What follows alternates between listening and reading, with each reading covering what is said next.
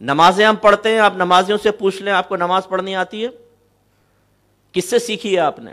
کسی عالم دین سے سیکھی ہے؟ کتاب پڑھ کر سیکھی ہے؟ وہ کہیں گے نہیں، ہم مسجد میں آئے، ہم نے دیکھا نماز پڑھ رہے تھے، ہم نے بھی دیکھ کے پڑھنا سیکھ لیا، ابا جان کے ساتھ کھڑے ہو گئے تھے، ابا جان کو ٹیڑھی ٹیڑھی آنکھوں سے دیکھ کے ہم نے سیکھ لی۔ اب والد صاحب صحیح نماز پڑھ رہے تھے کہ نہیں، سنت کے مطابق تھی کہ نہیں، شریعت کے تقاضے پورے ہو رہے تھے کہ نہیں، وہ ہمیں معلوم ہی نہیں، اور یہ بھی نہیں پتا کہ ظاہری ڈھانچہ دیکھ کر آپ ٹوٹل نماز کی معلومات تو حاصل نہیں کر سکتے۔ اگر والد صاحب آپ کے نماز پڑھ رہے ہیں، کوئی بزرگ نماز پڑھ رہے ہیں، آپ نے دیکھ کے وہ سیکھ لی، تو کیا نماز کن چیزوں سے ٹوٹ جاتی ہے جن کو مفسدات نماز کہتے ہیں وہ بھی آپ کو آ جائیں گے؟ نماز کے واجبات کا علم بھی آ جائے گا، آپ کو سجدہ سہو کا علم بھی آ جائے گا۔ ایسے ہم رمضان کے روزے رکھتے ہیں، مسائل بالکل معلوم نہیں، حج عمرے پہ جانے کے لیے بڑے خوش ہوتے ہیں، جی ماشاءاللہ میں حج عمرے پہ جا رہا ہوں، مسائل آتے ہیں صفر۔ کاروبار ہم کر رہے ہیں، اس کے بارے میں کوئی معلومات نہیں۔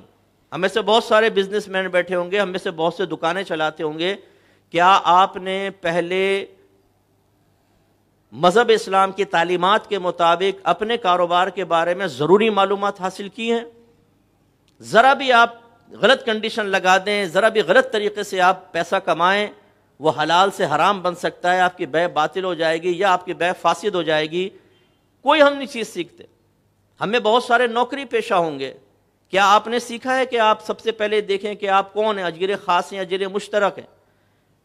اگر امپلائی ہر ایک کا مختلف لوگوں کا کام پکڑتا ہے، جیسے پراپرٹی ڈیلر وغیرہ ہوتے ہیں، درزی بہت ساروں کا کام پکڑتا ہے، تو اس کو کہتے ہیں اجیر مشترک، یہ وہ بہت سارے لوگوں کا کام پکڑ رہا ہے۔ اور اگر آپ کسی خاص ادارے کو جوائن کر لیتے ہیں، ایک خاص آپ کے وقت میں ڈیوٹی آپ اسی کے لیے سر انجام دیتے ہیں، جی میری ڈیوٹی ہے صبح 8 سے 5، تو آپ اجیر خاص کہلاتے ہیں۔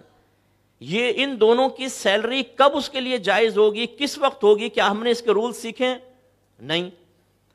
تو ہمارے ہاں اسی وجہ سے پھر حرام کی آمیزش، مشتبہ رزق کی آمیزش، عبادات ہماری ناقص، اور بہت ساری معلومات نہ ہونے کی وجہ سے گناہوں کی کثرت۔ ہمارے کتنے نوجوان ایسے ہیں جو اس وقت سوشل میڈیا استعمال کر رہے ہیں، ٹک ٹاک پہ جاتے ہیں، فیس بک جوائن کیے ہوئے ہیں، ٹویٹر جوائن کیے ہوئے ہیں، آپ یوٹیوب پہ جا کے کلپس دیکھتے ہیں، آپ وہاں سے ارننگ کرتے ہیں۔ بہت سارے ہمارے نوجوان ارننگ کر رہے ہیں اس وقت انٹرنیٹ سے۔ آپ نے سیکھا ہے کہ کون سی ارننگ جائز ہے، کون سی نہیں، کس منظر کو دیکھنا جائز ہے، کس کے نہیں، اس کی لمیٹیشنز کیا ہیں؟ کوئی پرواہ نہیں۔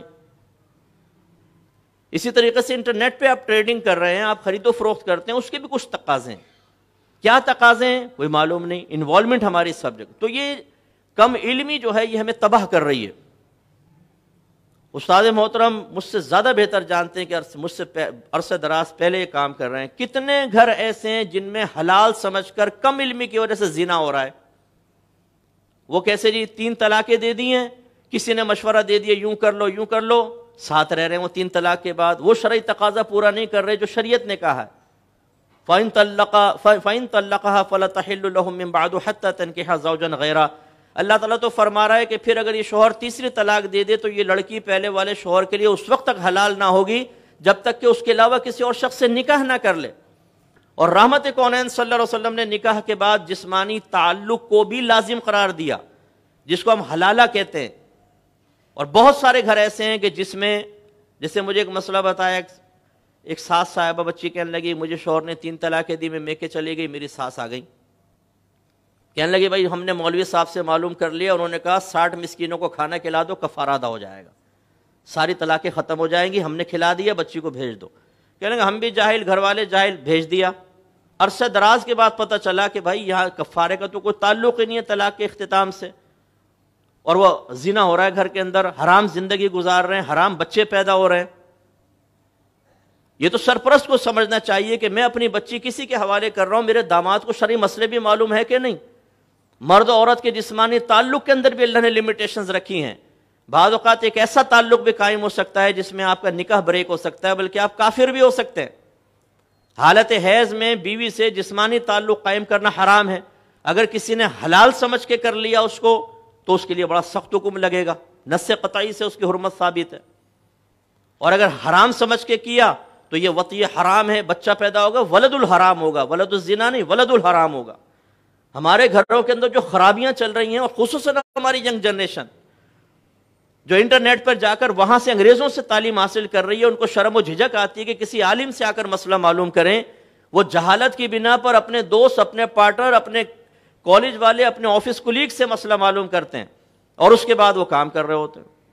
ہم میں سے بہت کم ایسے ہوں گے جن کو منہ زیر ناف کی مقدار پتہ ہوگی کہ کہاں تک جسم کی صفائی کرنی ہے، کہاں تک نہیں.